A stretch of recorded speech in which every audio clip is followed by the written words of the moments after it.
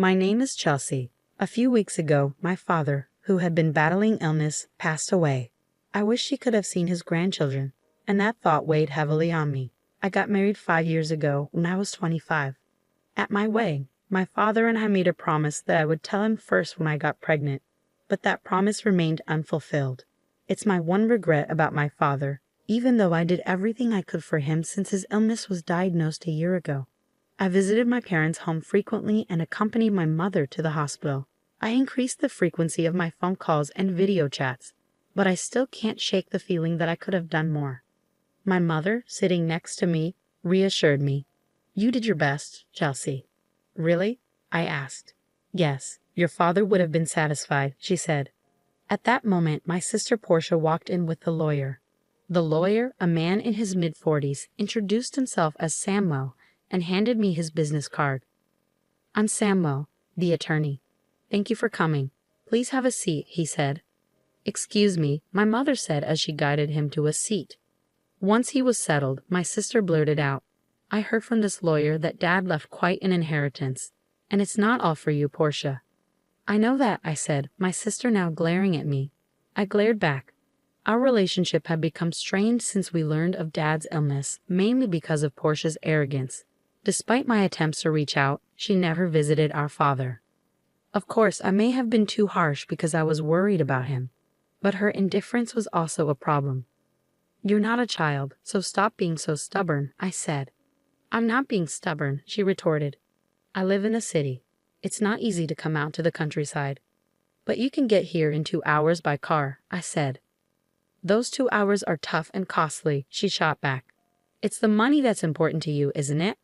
Of course, I'm busy, so stop contacting me." With that, she stopped talking. Even though she lived far away, she could have visited occasionally. That's why our relationship soared so quickly. In the end, Portia never visited our father, and our relationship never improved. The lawyer sensed the tension and intervened. "Let's calm down, please." "I apologize," I said, and the lawyer nodded. "As I mentioned on the phone, I have your father's will here. He contacted me a few weeks before he passed away. We met at the hospital, and he wrote the will in front of me with his primary physician present," the lawyer explained. My father had arranged for his physician to contact the lawyer upon his passing. Then the lawyer reached out to us, which brings us to the present moment. He pulled out a white envelope and placed it in front of us. "This is the will," he said. I recognized my father's handwriting on the envelope. Portia seemed impatient. "Never mind that. Just tell us what's in it." "I'm busy," she snapped. "Of course," the lawyer said with a wry smile as he opened the envelope. Inside was a single sheet of paper with my father's wishes. Besides the house and land, my father's inheritance included some savings and a storage shed. We knew about the house and land, but the storage shed was a surprise. As I was pondering this, Portia angrily interrupted the lawyer. "Wait a minute. What about the farm?" "Farm?" the lawyer asked. "Yes, the farm Dad used to work on as a hobby. My father ran a business in the next town. But after turning 50, he started thinking of closing it. I want to slow down a bit. Is that okay? Back when I was in high school, I heard this idea." My sister, already in college, wasn't keen on it, but my mother and I, concerned about my father's health, agreed. "Don't worry about the money, Portia," my father reassured her. Reluctantly, she agreed. And so my father closed his company and started farming near our home. He found joy in moving his body while farming, and seeing him happy, I felt reassured that we had made the right decision. My sister, however, didn't seem to share the sentiment. She had promised to return home after college but ended up getting a job near her university. Eventually, she married the CEO of an egg company she met through work. That's why father took up farming until he fell ill. My sister insists that the farm should be part of the inheritance. When the lawyer reviewed the documents, he quickly found a note stating that the farm was rented land. "Rented?" my sister said, disappointed. "But I thought we owned a large piece of land." Indeed, the farm where my father grew vegetables was spacious, but maybe it was for the best that it was rented, considering we knew little about farming. The conversation then turned to dividing the inheritance. "The house and land go to the wife," the lawyer declared. "So we can divide the rest however we want. Please divide the savings and storage shed between you two," he continued. "Savings mean cash, right? I'll take the cash." "How much is it?" my sister asked. The savings amount to about $100,000.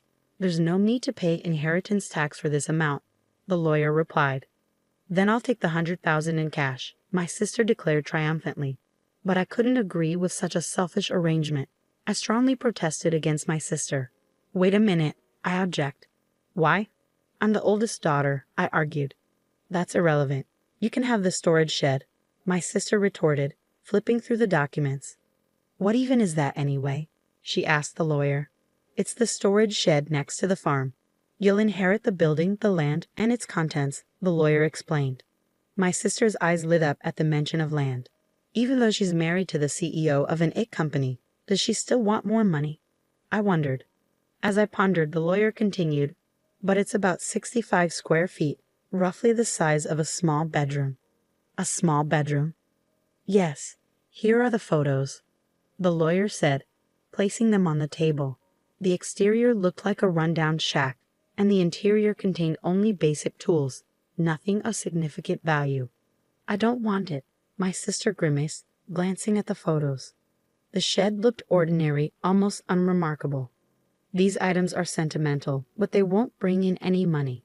As I considered the situation, my sister spoke up. Fine, I'll take the cash. You can have the dirty shed. Hold on, that's not fair, I protested. You agreed to the vegetable farming. What are you complaining about now? Her response left me with little to argue.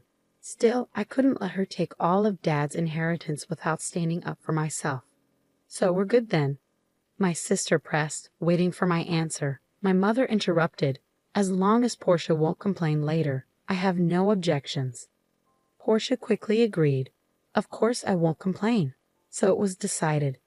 Portia would get the cash, and I would receive the shed.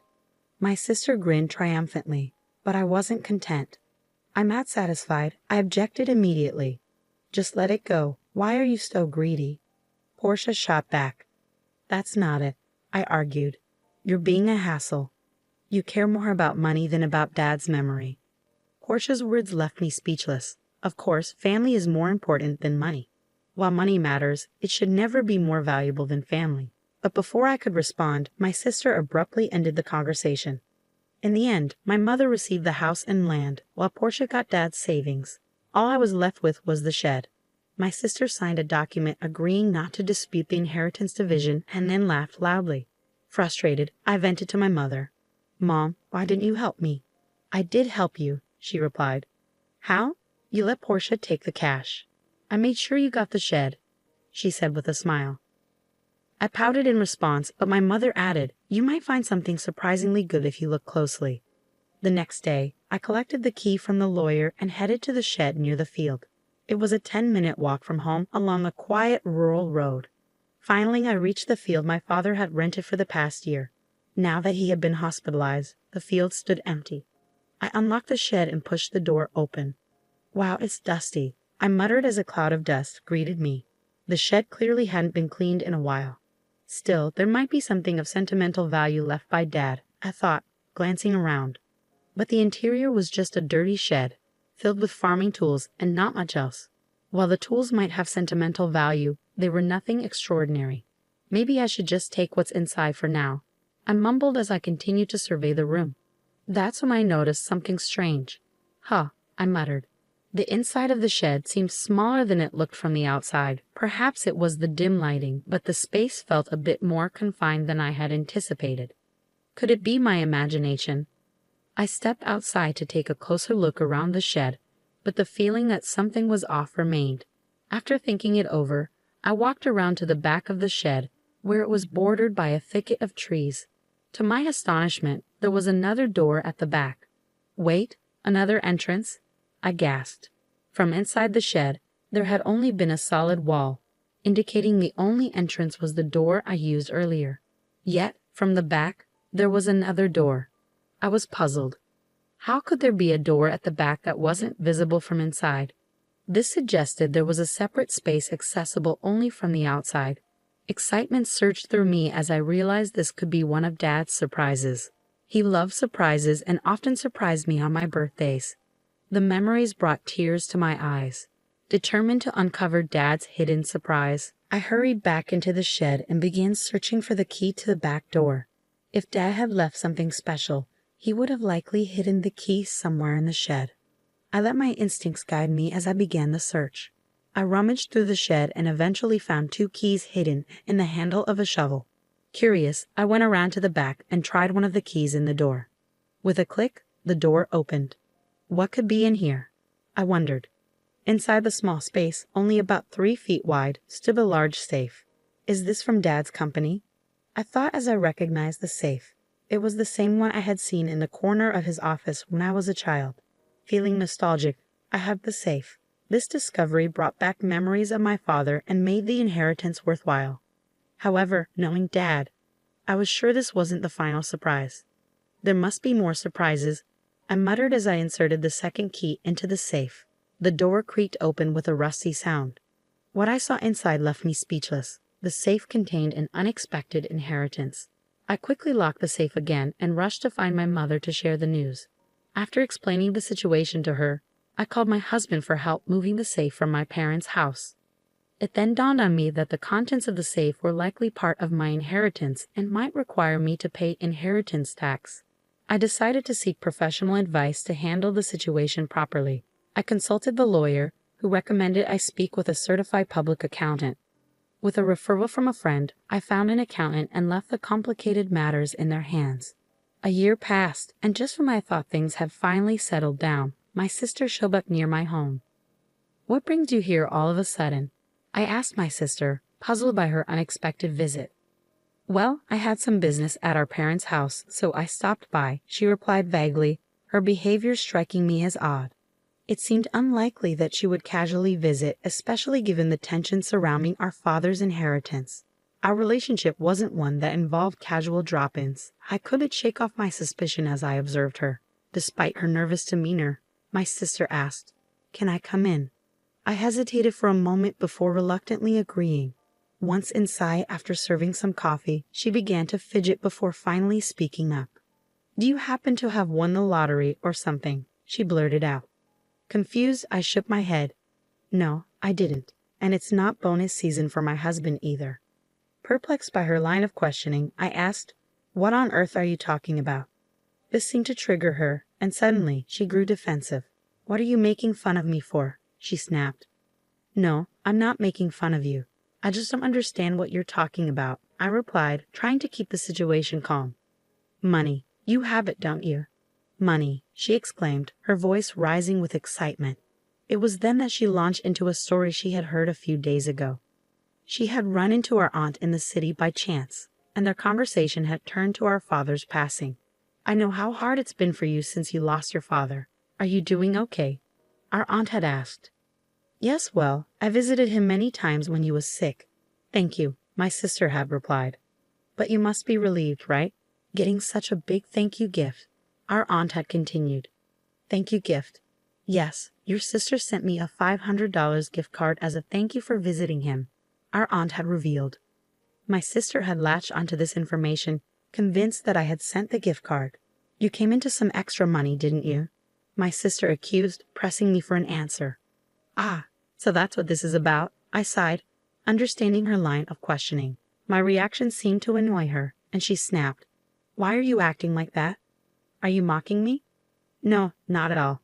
It was just a thank you gift," I explained calmly. "But where did you get the money for it?" "That's what I want to know," she demanded. "From the inheritance, remember?"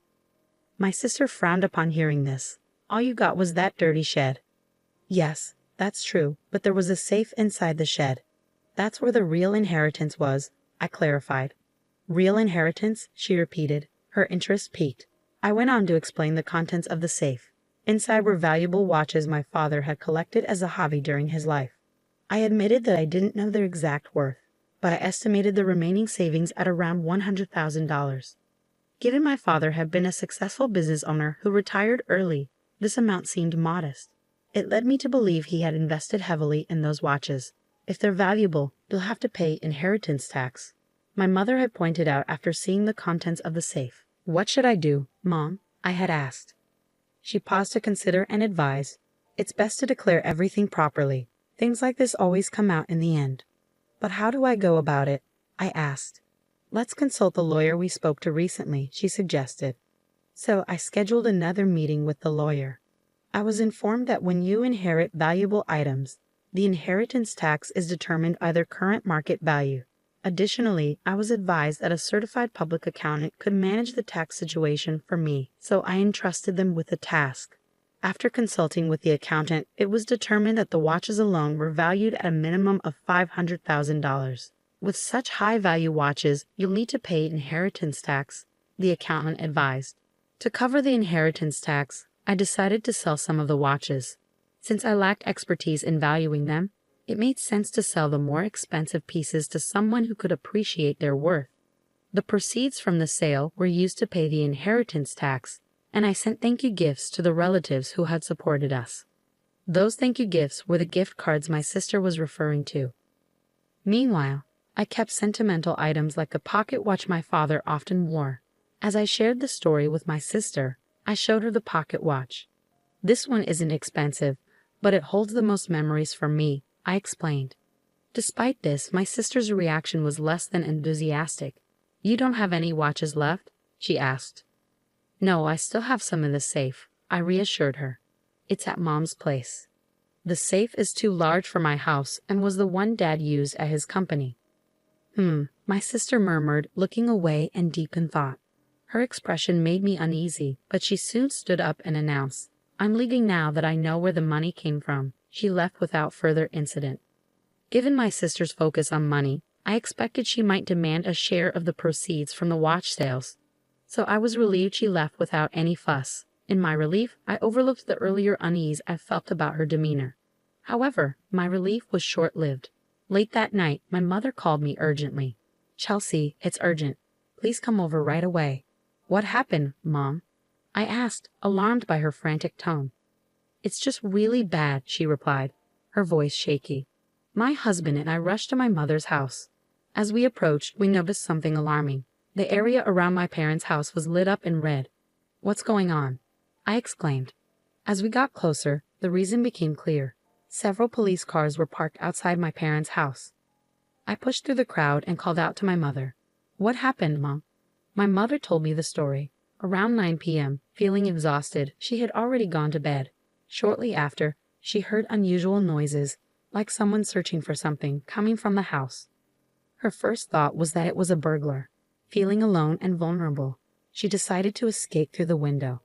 As she looked back, she saw the beam of a flashlight moving inside the house, confirming her suspicion. She ran to the neighbor's house and cried out for help, saying, There's a burglar. The neighbor immediately came outside and saw the flashlight inside my mother's house. They called the police, assuming it was a break-in. However, it turned out not to be a burglar at all.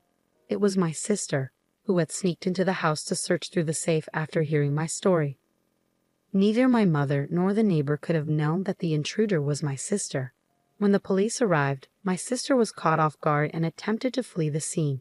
In her panic, she tried to make a quick escape but bumped into the open door of the safe, causing the already unstable safe to topple over and trap her.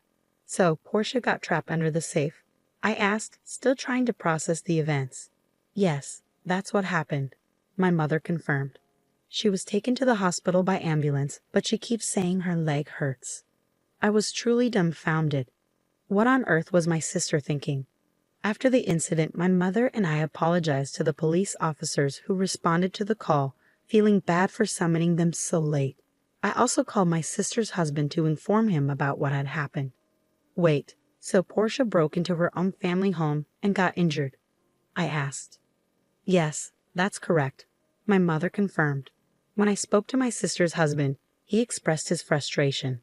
He mentioned that Portia had accumulated a significant amount of debt, primarily from overspending on luxury goods. He had recently discovered this and had gotten into a heated argument with her.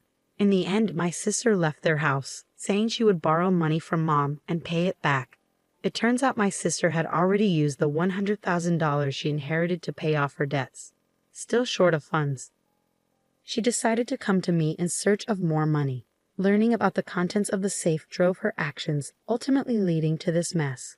No wonder her husband was furious. In the end, my sister, who had fractured her leg, was hospitalized.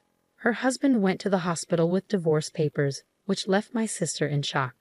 I'm not getting a divorce. Absolutely not, she protested. But it was too late. Faced with the divorce papers, my sister had no choice but to sign them. Now she's lying in her hospital bed stunned. There's a part-time job magazine next to her, suggesting she's planning to work part-time to pay off her debts. For me, this news came as a relief. In the aftermath of all the commotion, I decided to move back to my parents' home to support my mother and help take care of the house. There was another reason behind the decision too. I had recently discovered that I was pregnant. My husband and I agreed that moving back home would be best, as my mother could help us with childcare. I wish I could have shared the news of my pregnancy with my father while he was still alive, but I'm certain he would have been happy for us. I'm looking forward to giving birth to a healthy baby and starting a new chapter in my life.